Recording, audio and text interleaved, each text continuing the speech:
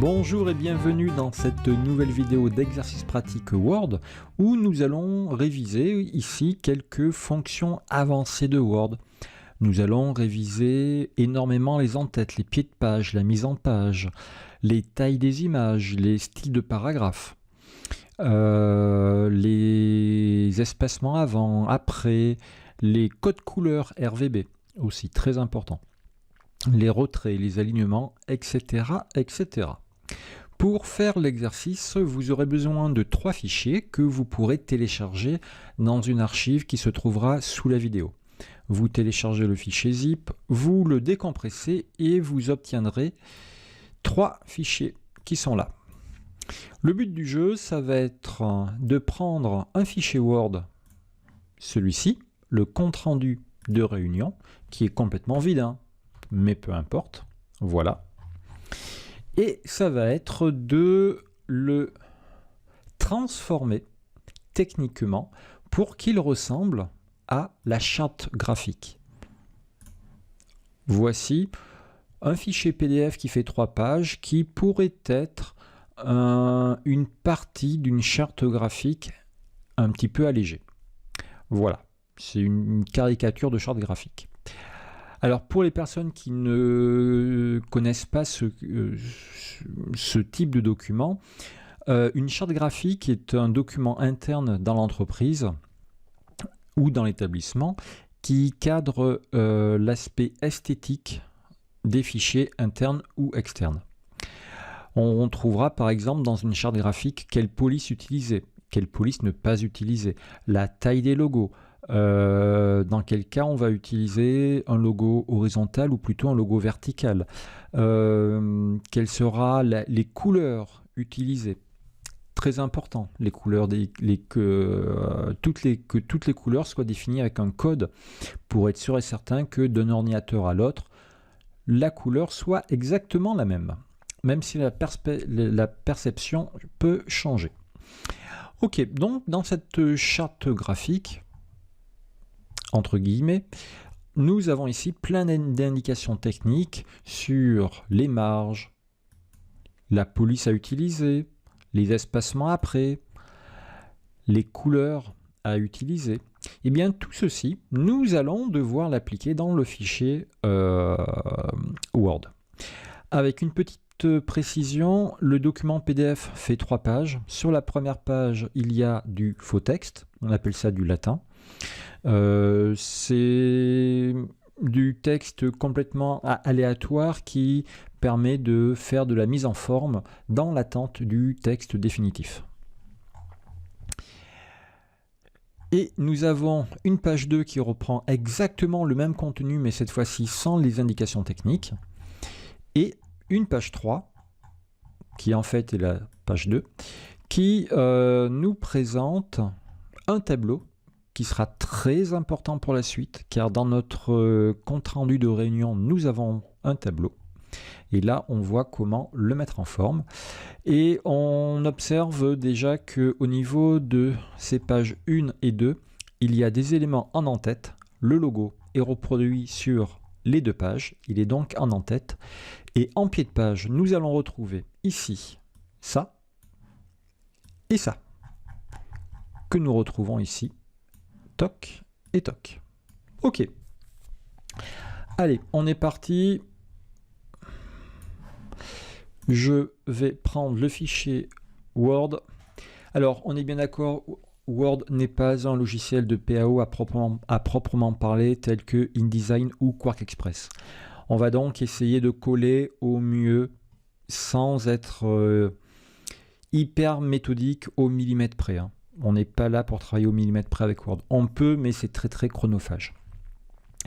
Allez, on est parti. Qu'est-ce qu'on me dit? Marge 15 mm partout. Eh bien, pas de souci. Mise en page. Je clique ici pour avoir les marges. 1,5 que je vais Appliquer partout. Et je valide. Hop, ça, c'est fait. Ensuite, police Century Gothic.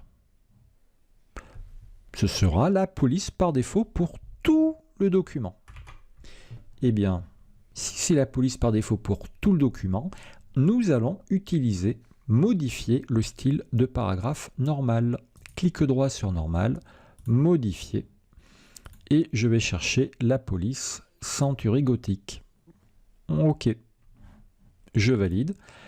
À partir de là, tout s'est automatiquement mis en Century Gothic, et si je suis amené à faire des tableaux, des graphiques, des smart art, des zones de texte, du texte word art ou autre, eh bien, il sera par défaut en Century Gothic.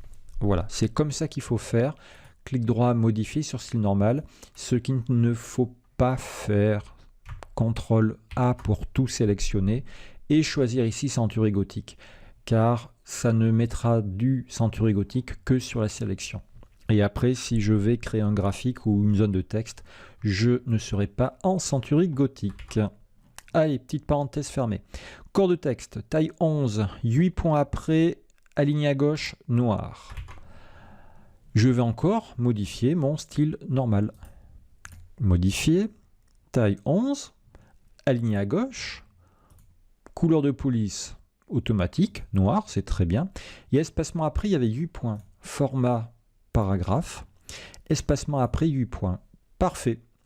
Là, il y a l'interligne également qui est définie dans le style normal, 11,08. Eh bien, écoutez, il n'y a rien de précisé sur l'interlignage dans mon document, dans ma charte graphique. Donc, je ne vais pas toucher à l'interlignage. Du moment que ça répond, que c'est à peu près similaire au modèle qui est là, moi, ça me va très bien. Titre de document.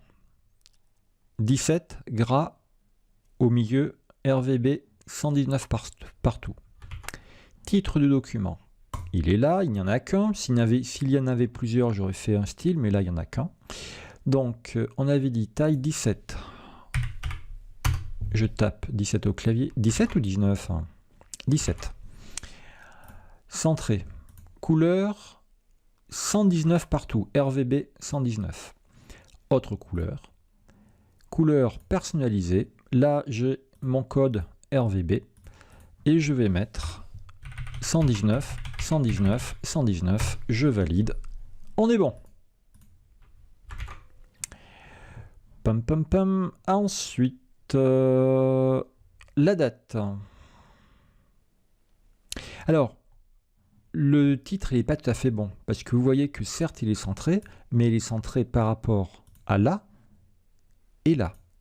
Or moi, pour l'instant, il est centré sur toute la largeur, sauf les 15 de gauche et les 15 mm de droite.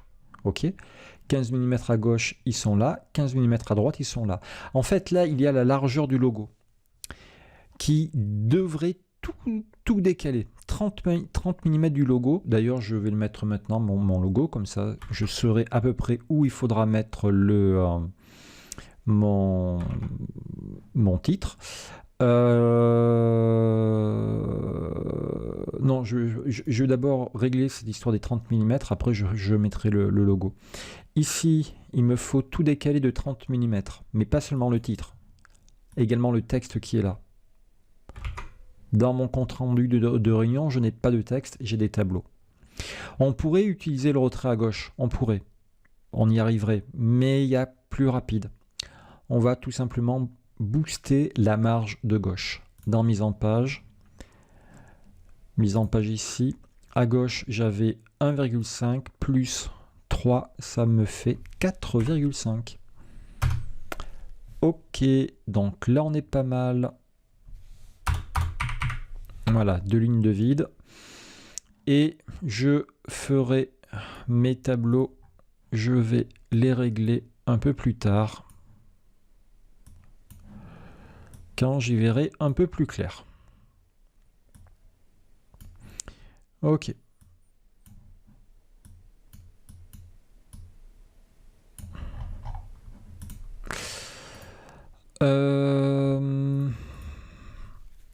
Alors,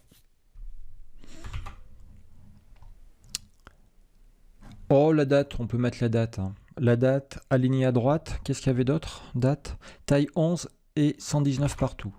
Alors la date, je vais me remettre en style normal, hein. Toc, à droite. Jour, slash, mois, slash. Il y avait année ou 2A? Je sais plus. Oui. Ok. Jour, mois, année. Parfait. Je prends tout ça et on est en couleur 119. Un raccourci bien pratique pour celles qui ont des versions assez récentes de Word, hein, 2016, 2013, 2019. Vous avez ici les dernières couleurs utilisées, hein. Pas la peine de revenir dans autre couleur et de retaper votre code RVB. Quick, et c'est bon. Non, ce n'était pas en italique. Alors, mon logo. Déjà, il est dans l'entête, donc il faut que j'accède à mon entête. Clic, je rentre dans l'entête. J'insère mon image. Insertion, image. Je choisis mon logo. Je le mets devant le texte. Et de suite, je le mets à 3 cm. Parfait. Ok. Alors, il doit jointer ici. Ça, c'est pas mal. Et il doit surtout jointer en haut. Alors, là, on pourrait dire qu'il est pas mal. Là, on pourrait dire qu'il est pas mal parce qu'en théorie, vu qu'il fait 3 cm et que la marge est à 4,5 à gauche, il me reste bien ici 1,5 cm. Par contre, il devrait également y avoir 1,5 cm en haut. Or, en fait, en haut, il y a un peu plus que 1,5 cm. Alors, voici une petite astuce pour vous aider à caler les documents, à caler les blocs de texte, à caler les images, à caler les formes. Que vous soyez dans Word, Excel, PowerPoint ou autre. Voici une petite astuce qui est très utilisée en infographie. C'est un peu du bricolage, mais c'est toujours très utile. Je dois être sûr que là je sois à 1,5 à 15 000 de la gauche et à 15 000 du haut. Donc je vais dans Insertion Forme, je vais prendre le rectangle et je vais faire un carré. Je maintiens Shift, je trace avec la souris. Bon, j'étais pas loin, j'étais à... Voilà. Hop. J'ai bien un carré d'un 5 sur un 5. Le contour, j'enlève le contour, très important, ça peut me faire des blagues. Et je fais ceci. Et là, je me rends compte que je suis bien à 1,5 de la gauche. Je vais le caler là. Et là, je me rends compte que je suis pas du tout à 1,5 du haut. Donc, ce que je vais faire, c'est que je vais le remonter un petit peu. Voilà, vous voyez, il y a des guides verts qui apparaissent si vous avez des versions récentes. Toujours la même histoire. Je vais juste le décaler un tout petit peu à gauche parce qu'il y avait la bordure qui me gênait. Ah ben non, je suis bête, la bordure du titre, il faut que je la fasse sauter. Donc je vais bien respecter tout ça. Ouais. Toc. Voilà. Ben écoutez, on est pas mal ici, hein. Alors pourquoi ici, même si j'avais mis dans mise en page 1,5 mm par rapport au haut, il y a toujours l'épaisseur en plus de la ligne où est prévu de mettre le texte. Voilà. Il y a toujours cette épaisseur de plus et pareil pour les pieds de page. Voilà, je ne vais pas rentrer dans les détails, dans les subtilités, on est là pour avancer. Alors, ici, on va pouvoir sortir de l'entête, hein, parce que là, je suis dans l'entête. Mon petit rectangle bleu, eh bien, il va me servir tout à l'heure pour faire mon bloc de pied de page. Donc, je le laisse, hein, il fait 15 par 15, il est très bien, il me sera encore utile. Allez, je sors de l'entête, je double-clique ici. Là, il n'y avait pas de bordure dans mon titre. Aucune bordure. Bon. Voilà, on va y arriver. Parfait, aucune bordure. Donc là, on est pas mal. Oui, alors comme je vous disais, on n'est pas à quelques millimètres près, hein. Là, si je zoome, il y a un petit espace entre mon bloc de calage et mon logo. Hein, on fait du Word, on ne fait pas de l'InDesign. Ok, ben oui, alors la date est un petit peu trop basse, mais bon, il faudrait la remonter un petit peu. Mais pour la remonter, il faut remonter l'entête en fait. Hein. Donc, ouais,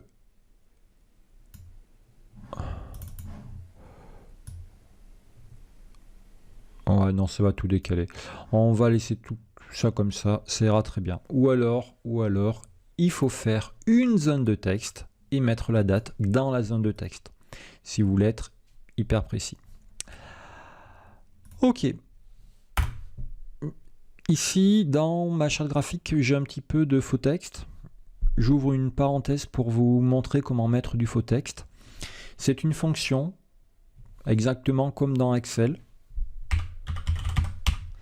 Dans Excel, les fonctions commencent toujours par égal. Là, c'est pareil. La fonction lorem.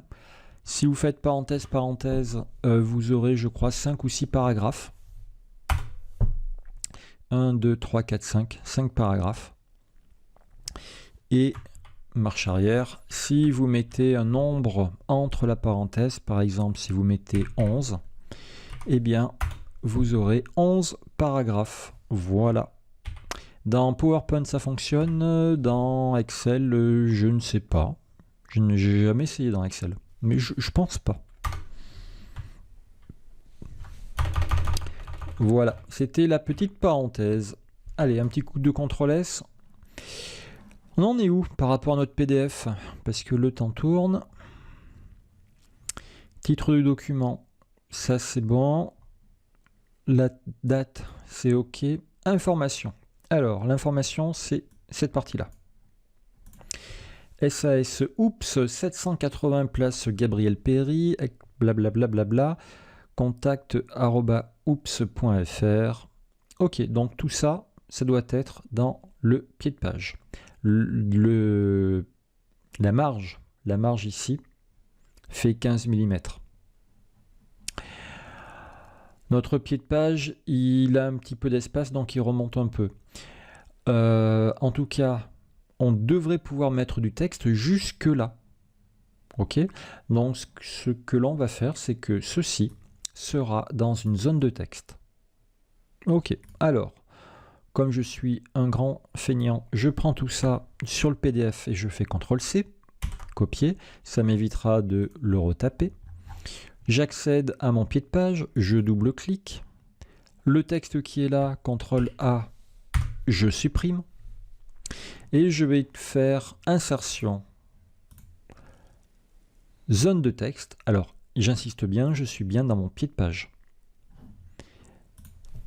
Zone de texte. Je maintiens enfoncé, je trace la zone de texte. Et là, je fais CTRL-V pour coller mon texte. Et puis, ben, logiquement, ça a même récupéré tous les paramètres qu'on avait, qui avaient été définis dans le PDF. Taille 6, majuscule, espacement 0, 119 partout. CTRL-A. Taille 6, centurie gothique. 0 partout. Interlignage, on va se mettre à 1. C'est bien 1 en interlignage. Pour ce genre de document, il y a le 7 qui est en gras. Pourquoi? Je ne sais pas. Ok. Et puis, en couleur, 119 partout. On y était déjà. Parfait. La bordure me gêne. Format contour sans contour. Et maintenant, je dois caler ceci à 15 de la gauche et à 15 du bas.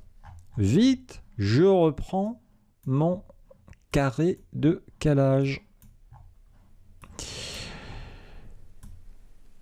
Car avec ça, on travaille vite. Allez. Alors oui, bon, il y a encore du remplissage, aucun remplissage, voilà, hop. Donc là, on est pas mal, hein, à gauche, on est pas mal. En bas, on est très très loin du compte. Donc ici, on va, hop, caler le bas. Allez. Ok. Ça convient largement. Faut qu'on décale ça un peu sur la gauche.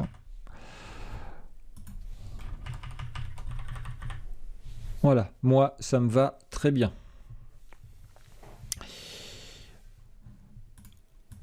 Ah, parfait. Le carré, est-ce que j'en aurai encore besoin? On ne sait jamais, on va le laisser. Je sors du pied de page, je double-clique. Ok, on est bon. Nous avons quoi d'autre dans notre pied de page ici? Nous avons un numéro, le numéro de la page qui est centré. Numéro de page, centré sur la largeur du contenu. Donc de là à là. Ok. Taille 11. C'est la taille par défaut. Par contre, la couleur est en 119. Ouais. Alors, comment on le fait? Je rentre là-dedans. Là, si je mets mon numéro de page, c'est facile. Je vais dans l'accueil, je fais centrer, je mets mon numéro ici. Par contre, il ne sera pas forcément calé avec le haut qui est là.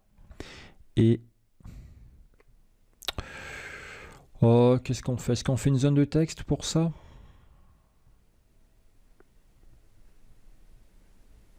Non, je ne vais pas faire de zone de texte. Je vais simplement mettre... je suis dans mon pied de page, je suis en taille 11, je me mets en couleur 119. Dans outils en tête, je vais mettre numéro de page, position actuelle, et je vais prendre le petit 1. Voilà. Je suis bien 119 là?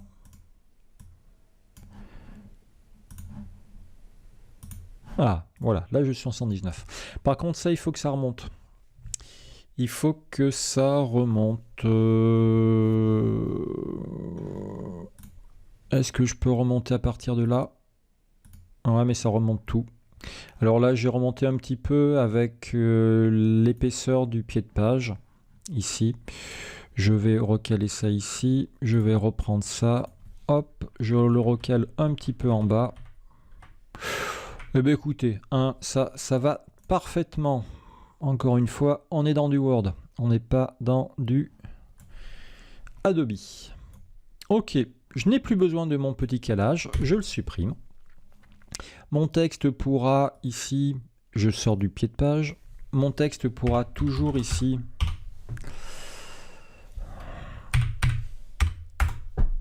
Hop, toc. Il pourra toujours aller jusque là. C'est parfait, c'est hyper présentable. Rien à dire. Impeccable, super. Allez, CTRL Z, marche arrière, j'enlève ça, je sauvegarde. Alors, ensuite, dans ma charte graphique, vous avez les puces et les numérotations qui ont été définies. La forme des puces, Windings, d'ailleurs il y a une faute ici à Windings. Peu importe. Caractère 183, pas d'espacement après. Et les numérotations, numérotation simple, 119, pas d'espacement après. Mais dans mon fichier que j'ai ici, de compte rendu de réunion, je n'ai pas de puce, je n'ai pas de numéro. Ben, donc, je m'en fiche. Je n'ai pas à appliquer ceci, vu que je n'ai pas ces points-là dans le document Word qui m'est fourni. Dans une charte graphique, vous allez avoir des tas d'indications sur des documents de certains formats. Bon, bref, tout n'est pas utile. Tout n'est pas utile. Par contre, par curiosité, si vous avez besoin de faire ce genre de choses-là, de trouver le caractère de la puce, si je prends par exemple ici, je vais mettre des puces juste dans cette cellule. Action, réparation, livraison, validation. Ok. Donc juste ici, hop, je prends ça. Dans puce, je vais dans définir une puce. Je vais dans symbole. Dans symbole, je vais prendre la police Wingdings 2, tel que c'était spécifié. Et je vais ici chercher le caractère qu'on me donne en fonction de son code. Son code, c'était le 183. et bien chaque fois que je prends un caractère, j'ai ici son code qui apparaît. Alors le 183, à quoi il ressemble déjà? Je ne sais plus. Le petit losange fin, où es-tu passé, petit losange fin?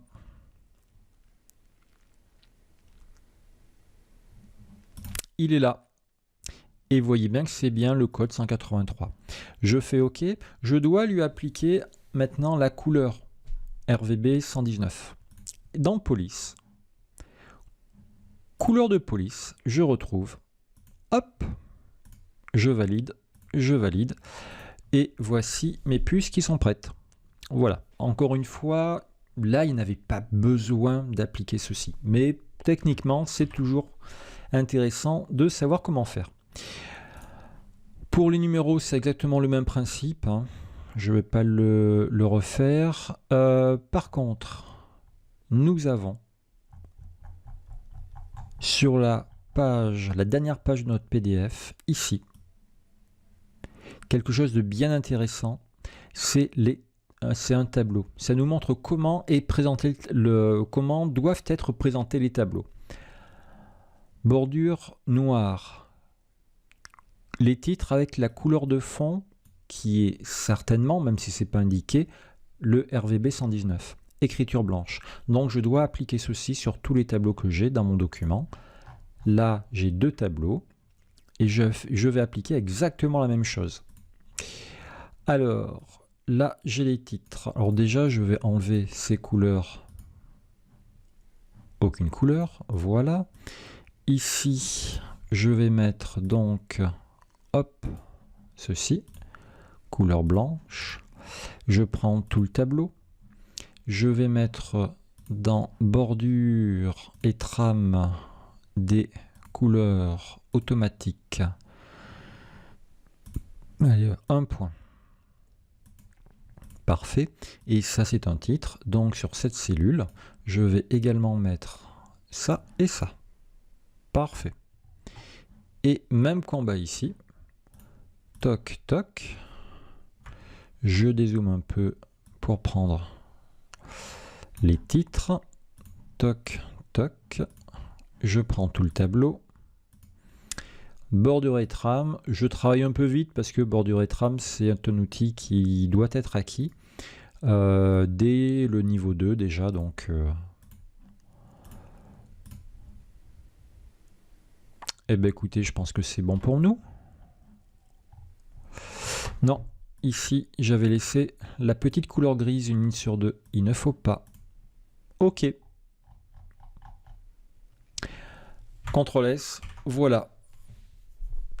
Si vous réalisez ceci en moins de 30 minutes à partir de la lecture des consignes, c'est déjà pas mal. On a vu que, effectivement, par rapport à un document qui était cadré, détaillé, il fallait se donner quelques libertés par rapport à Word, en particulier pour les en-têtes et les pieds de page, où les marges ne sont pas tout à fait les mêmes. Effectivement, dans Word, quand on définit les marges du haut ou du bas, eh bien, Word rajoute l'épaisseur des en-têtes et des pieds de page. Okay, alors que dans ce type de document, qui est très technique, cette notion-là n'est pas présente. Voilà. Faire une petite forme de calage nous a permis de positionner rapidos ce qu'il fallait. Eh bien, écoutez, j'espère que vous avez pu reproduire approximativement le résultat. En tout cas, là, on est pas mal. Si c'était une question posée, on aurait tous les points. Nous avons bien ça en dessous. On va s'amuser juste à faire un saut de page, CTRL entrée. Nous avons notre logo et nous avons ici bien les informations et le numéro de page qui est là. Parfait. Ok. Écoutez, bravo à ceux et à celles qui ont réussi. N'oubliez pas qu'aucune vidéo ne remplacera une vraie formation avec un vrai formateur, une vraie formatrice qui répondra à vos questions, vous motivera et vous corrigera. Si vous avez aimé cet exercice, n'hésitez pas à cliquer sur le pouce, très important, et éventuellement laisser un petit commentaire.